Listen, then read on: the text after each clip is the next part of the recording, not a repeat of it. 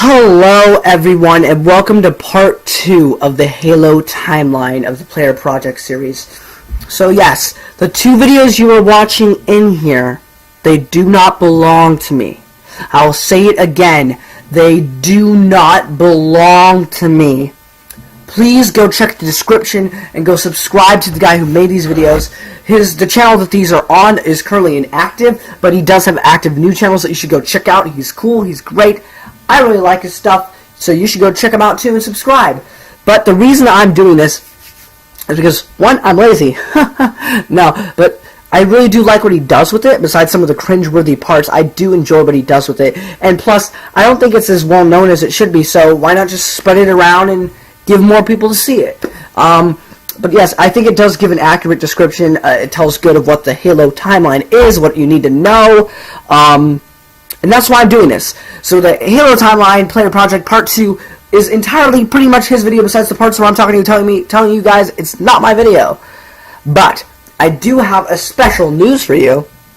I mean, I said this before, I think. But I am going to be doing a Player Project for 4 and 5 of my own accord, my own video, without his help, for 4 and 5. And hopefully, like my friend Donnie, he has 5, but because it's team, but because he can't really play M for mature games except for a few exceptions. So, what better yet than to have these videos so that way he can watch them when he has the free time, know the Halo timeline, know the stories, and so he'll know the Halo universe when he'll probably appreciate 5 more, you know? But yeah, I'll be doing a video like the video he's kind of doing for 4 and 5. But that's pretty much all I have to say, guys.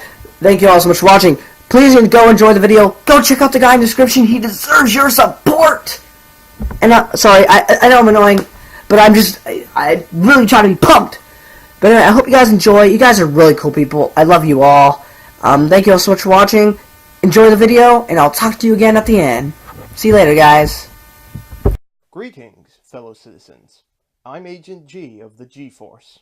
Today, we will continue the history of the war between the human race and the alien covenant, a weapon capable of destroying all life in the galaxy, and a super soldier who is the galaxy's last hope of survival. Now, as Dexter unfortunately won't be here to continue the story, luckily for you, I will fill in the remaining gaps. So let's begin, or should I say, let's continue with Halo Combat Evolved. So, after the fall of Reach, the UNSC Pillar of Autumn emerges out of slipspace only to find a huge ring world floating in space. Master Chief Petty Officer John 117, a Spartan 2, is aboard when the ship comes under attack by the Covenant. With the ship about to be overrun, Captain Jacob Keyes, the commander of the Autumn, orders John 117 to protect the ship's artificial intelligence, Cortana, as she carries highly sensitive information about the United Nations Space Command, including the location of Earth, which would prove disastrous if captured by the Covenant. Master Chief evacuates the doomed ship for the surface of the ring world to protect Cortana. After meeting up with the surviving UNSC forces under Staff Sergeant Avery Johnson, Master Chief participates in a mission to rescue Captain Keyes from the Covenant cruiser Truth and Reconciliation. After rescuing the captain, Cortana learns that the name of the ring world is called Halo, and appears to be a weapon that holds a great religious significance to the Covenant. Realizing that the Covenant cannot be allowed to control Halo, Keyes dispatches Master Chief to secure Halo's control room, while he leaves with Johnson to secure a Covenant weapons cache. With the UNSC Marines as support, the Chief leads an assault on the Cylon Cartographer, a map room which holds information on every location on the ring, including the control room. Heading to the ring's control room, Cortana is inserted into the ring's computer system and learns that Halo was made by the Forerunners, an ancient alien race that the Covenant worship as gods. Ah, so that's what a Forerunner is. An ancient race who were worshipped as gods. So, are they really godlike? Or were they just super intelligent beings who could craft and construct something on a scale you thought could never be done? Well, for all we know, it could just be the equivalent of how humans were able to build the pyramids.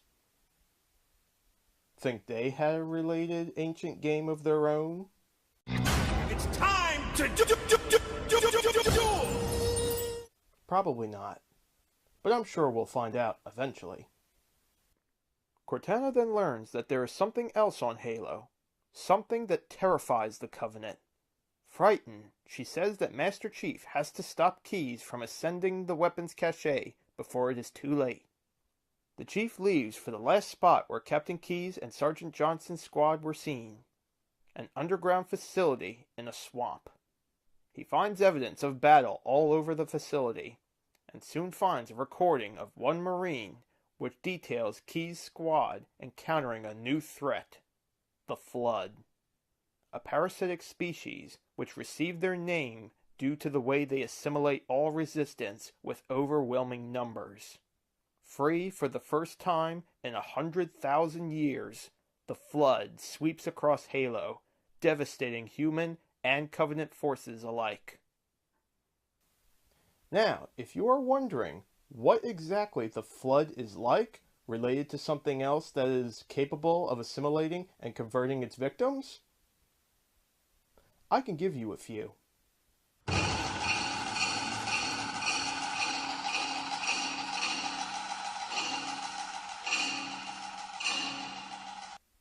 Had enough?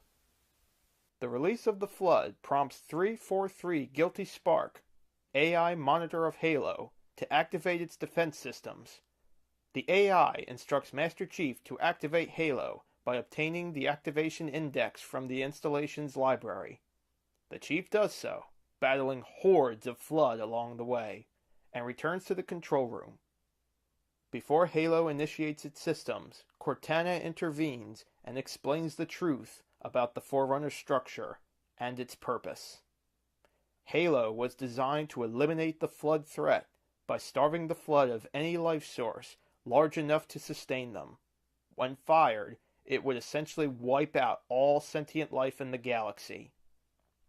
Realizing the threat of Halo, Cortana instructs Master Chief to detonate the Autumn's fusion reactor. This detonation would result in the destruction of Halo, which is against 343 Guilty Spark's protocol. Before doing so, the two sabotage 3 generators needed to power Halo, which buys them enough time to locate Captain Keyes, now succumbed to the Flood, and steal his neural implants to operate the Autumn. After battling his way through scattered and disorganized Covenant forces, the spreading Flood, and the Sentinels under direct command of 343 Guilty Spark, the Chief successfully overloads the ship's engine, and he and Cortana evacuate from Halo in a longsword before the Autumn's engine detonates and destroys Halo. The pair manage to escape and appear to be the only survivors, and Master Chief realizes that this is only the beginning of a harrowing battle. How rightly so. If you thought that was a challenge, we're just getting started. Next is Halo 2. Shortly after the events of Halo Combat Evolved, on High Charity, the mobile capital city of the Covenant, the former Supreme Commander of the Fleet of Particular Justice, Commander Thel Vadami, is being tried before the High Council for his failure to protect Halo. Despite his insistence that the Flood hampered his abilities, the Hierarchs, who lead the Council, the High Prophets of Truth, Mercy, and Regret, deem him guilty of failing to protect the Sacred Ring. Vadami is then stripped of his rank and branded with the Mark of Shame by Tartarus, the chieftain of the Brutes. I suppose if Thel Vadami truly was to blame, we probably would have gotten a situation more like this one. You have heard the evidence. The decision of the council will now be heard. Guilty. Guilty.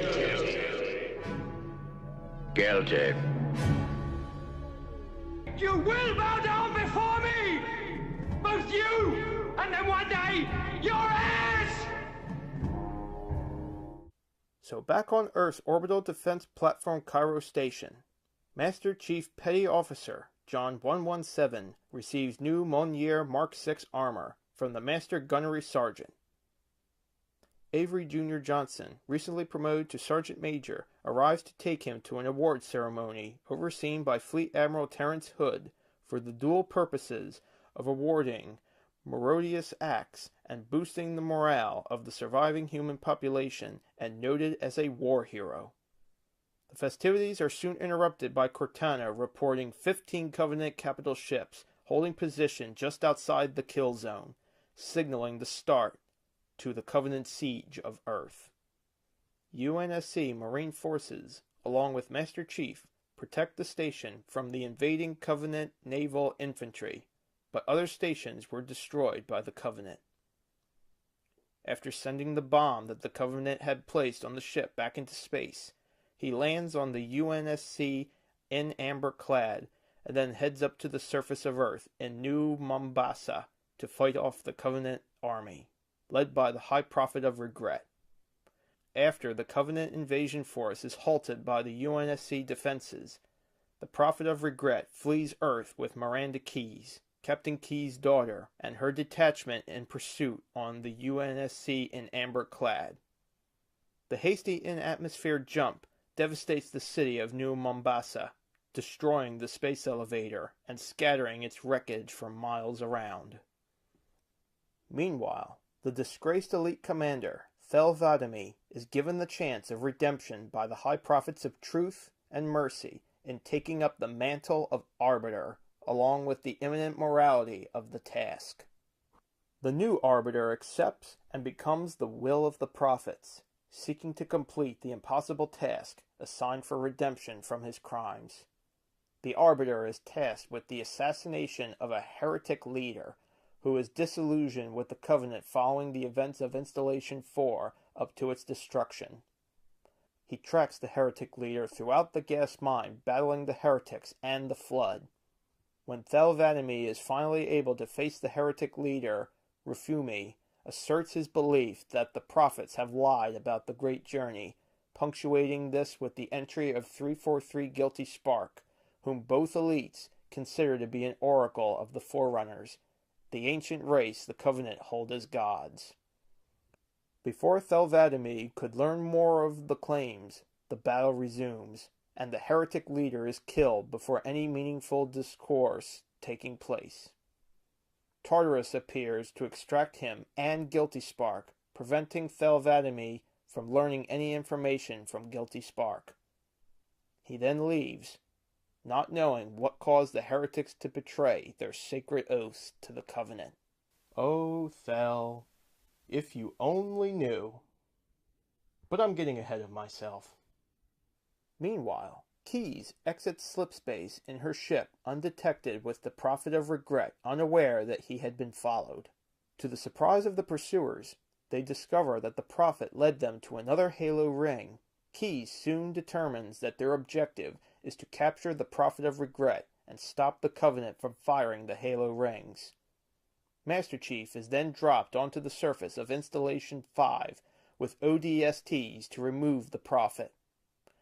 In the course of pursuing him, Chief discovers with the aid of Cortana that the Prophet intends to personally activate Halo in the belief that it will propel true believers on the Great Journey. Keyes decides that the new revelation about the Prophet's intentions warrants his death, which Chief successfully achieves. But before being able to make his escape, the Covenant and High Charity, which has just arrived, attempt to kill Chief by glassing the area, and he jumps into the lake surrounding the Prophet's location. Incapacitated from the shock of the Covenant bombardment, Master Chief is dragged into the depths of the lake by the tentacles of the Gravemind, an ancient and highly intelligent Flood creature. Who is the Gravemind? We're getting to that. But first, let's see how the Arbiter is holding up. Back on High Charity, in orbit around the ring, the Hierarchs declare the Prophet of Regret's death to be Thel 'Vadam's failure, and the elites were removed as the protectors of the prophets, who bestow the role to the brutes, causing more tension between the brutes and elites, who are already at odds with each other.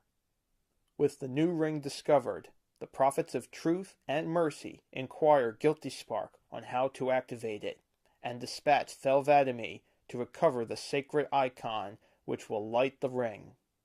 Making his way through the quarantine zone, facing scores of flood and sentinels on the surface of Installation 5 seeking the activation index, Thel 'Vadam makes his way into the library and captures the index, along with Keyes and Johnson, after they recovered it from its protective housing. Before he can take possession of the index, Tartarus again intervenes in Thel 'Vadam's task. After taking the index into his own personal possession, Tartarus then reveals that the Hierarchs intended for his death to oust the elites. His treachery revealed, Tartarus knocks the Arbiter unconscious down a shaft in the index chamber to the abyss below. Beneath the library, Master Chief finds himself in the clutches of the Gravemind, the creature that acts as the sentient intelligence of the Flood. Although Thel 'Vadam had fallen from a great height, he is saved from plunging to his death by the Gravemind's tentacles. It is within the Gravemind's chamber where the Arbiter and the Spartan meet. In addition, the Prophet of Regret is infected and assimilated into its mass, and 2401 Pentient Tangent Monitor of Installation 05 is introduced. Thel 'Vadam is further led to question his faith by both Master Chief and the Gravemind itself, as they both try to convince the elite that the Covenant's belief on the Halos is a lie, revealing that the Halos destroy life, not to save it. This information, as well as the information of the imminent genocide of the elites, led Thel 'Vadam reluctantly joining Master Chief in the mission to stop the ring from being activated. The Gravemind sends both the Spartan and Arbiter to different locations to help stop the index from reaching its destination, with Master Chief sent to High Charity to retrieve the index, while Thel 'Vadam is sent to the area where the control room of Installation 5 lies to halt the Covenant from activating the rings. Well, I've heard of the expression, the enemy of my enemy is my friend, but the enemies of my enemies are my friends? Who would have thought a triangle of opposing sides would work together to save all life in the galaxy? Who would have thought? Eventually, the Chief enters into the middle of the Prophet of Truth broadcast. The Prophet, after escaping assassination, flees to the Dreadnought, chased all the way. Chief witnesses the conflict between the elites and brutes, and saves a few Marines along the way.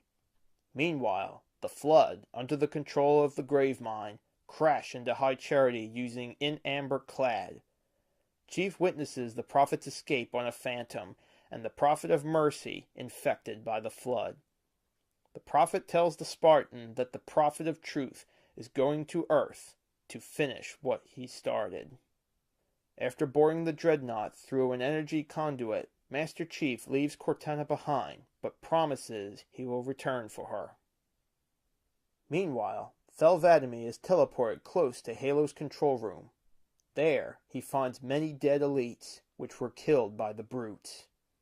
With the help of a few deployed elites, the sympathetic grunts and hunters, he fights his way to meet Ritas 'Vadum, who is surprised to hear that the brutes murdered the counselors. They fight their way to a scarab controlled by Sergeant Johnson, who forcefully initiates an uneasy alliance between the humans and the elites. With the combined efforts of Johnson and 'Vadam, the scarab breaches the control room doors, and the Arbiter enters the control room to confront Tartarus. Inside, he hears the truth of the Halos directly from 343 Guilty Spark. Still blinded by faith, Tartarus forced Miranda Keyes to activate Halo. Many Zealots and Counselors aid 'Vadam in his final fight against Tartarus, and eventually manages to kill him. Once Tartarus is defeated, Miranda grabs the index just in time to stop Halo from firing. However, 343 Guilty Spark says that he has activated a failsafe protocol, causing the installation to send a signal to the rest of the Halo array, putting all the Halos on standby for remote activation from the Ark. Soon, the Forerunner Dreadnought arrives at Earth, with Master Chief on board, and he alerts Admiral Hood of his presence and informs him that he is finishing the fight. Meanwhile, the High Charity has been completely taken over by the Flood, as thousands of Flood spores are visible throughout the air, floating along the view. The Gravemind speaks of satisfaction of being free from his empty grave, and suddenly Cortana appears as a hologram on a pedestal in the room.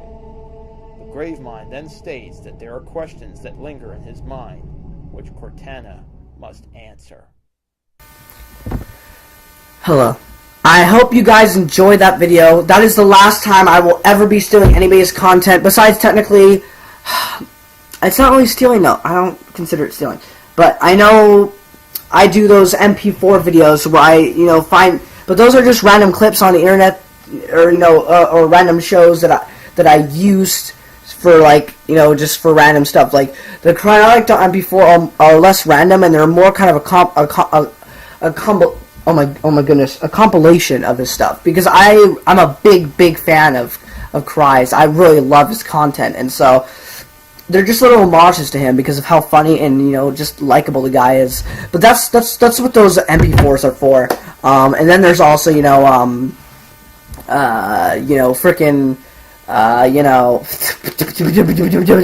all the Thanksgiving MP4 and Christmas MP4. Well, I haven't made that yet, but you'll see. But all that stuff is just for fun, and I'm because I'm not getting money from this YouTube channel, and I don't ever plan on. And if I did get popular enough, it would only be my videos that I actually made. All these videos would stay non-monetized, so I wouldn't get paid for these videos. But yeah, I hope you guys enjoyed the video. The next video you see of Halo will be all mine. Like, I'm not using anybody else's content. It will be completely and utterly my video that I made for 4 and 5. But anyway, I hope you guys stick around for that. It's going to be really cool. Thank you all for staying subscribed to me. Thank you for 108 subscribers. I really appreciate it. Thank you, Leonard Productions. Thank you so much. Thank you, Harlan, for, I know my channel got looked at because of a lie, because you thought my joke impression was good, but it wasn't this joke impression. It was the better man. But yet, you guys stuck around anyway. You stuck around and you stayed subscribed. Which I'm thankful. I'm so thankful. Thank you, Leonard. Thank you, Harlan. And thank you, everybody who subscribed to me and then stay subscribed after that. You guys are really amazing. I love you all. It means a lot to me that you all stay subscribed to me. And some of you do watch my content. You legit watch my videos and you enjoy them. Which I'm glad. I'm glad my videos make people happy. I mean, I would do this regardless because I find it fun. And it's YouTube and I'm allowed to create whatever I want. But I'm glad that there's people who enjoy it. It means the world to me. Thank you. But if you liked the video here, then you should go check out the guy below because, he deserves the support. And, it wasn't my video. I don't deserve the credit, so you should go check him out and go say, whoa, way to go, man. Good Halo video, Give him the love that you guys have given me. Thank you for being amazing. I used to be at 20 subscribers. And to think I would even get to 108 was amazing. I used to think I would never get there. I used to do a thank you video every 2 subscribers. It got annoying, but it was because I was so thankful, and I never thought I would make it even this far. So it means the world to me. And of course I had to do it to every 10 subscribers now because, it grew pretty quickly. But, around, once I got to 80, things started picking up a little bit. And I got a huge boost after Harlan. But that's pretty much it, guys. Sorry, this became kind of an emotional thing, but I love you guys so much. And I'm so happy you guys stick around. It means the world to me. But anyway, thank you guys so much for watching. If you like this video, give it a thumbs up, share it a lot. Don't forget to subscribe. Love you guys, and I will see you in the next video. Don't forget to check out the people in the description below. They're great friends of mine, and they deserve your support. Also, just go check out the guy below that made the video originally, because he deserves the support. Excuse me. Anyway, thank you guys so much for watching, and I'll see you next time. Peace.